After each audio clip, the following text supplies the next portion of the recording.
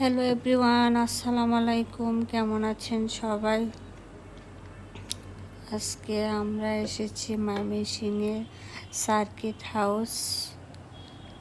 আমার মেয়ে বলল, মা চলো ঘুরে আসি। তাই আমার দুই ভাড়াটিয়া শিমু এবং সাথী, ওদেরকে সঙ্গে নিয়ে আমি এসেছি ঘুরতে।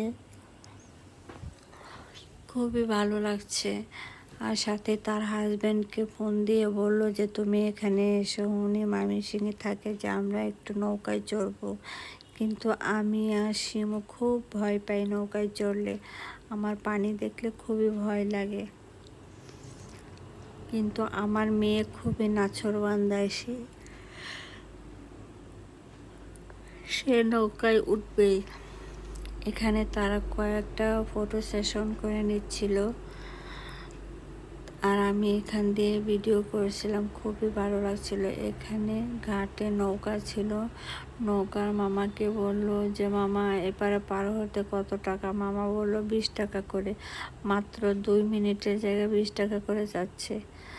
তারপর আমরা অন্য একটা নৌকায় গেলাম। এখানে জনপ্রতি 10 টাকা করে। তারপর আমরা এখানে নৌকায় উঠে গেলাম। আমার এত ভয় লাগছিল। আমি আর শিমু একসাথে বসেছি, আর আমার মেয়ে আর সাথে ওরা একসাথে বসেছে।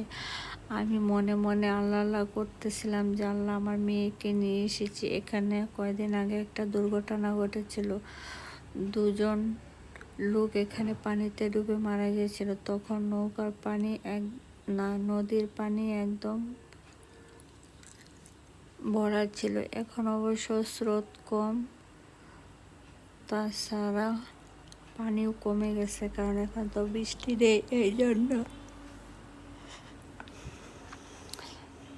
আমার কাছে খুব চড়ার পর আমার কাছে খুবই ভালো লাগছিল। আগে যতটা না ভয় পেয়েছি, এখন তার চেয়ে ভালো লাগাটাই বেশি কাজ করছে। আমার মেয়েকে বললাম, তুমি কি ভয় পাচ্ছ? ও প্রথমে বলল ভয় পাচ্ছি, পরে বলল যে না, আমার খুবই ভালো লাগছে। এখানে আমরা বসে বসে নদীর প্রাকৃতিক সৌন্দর্য অনুভব করতেছিলাম। এটাই ফার্স্ট আমার নৌকায় চড়া।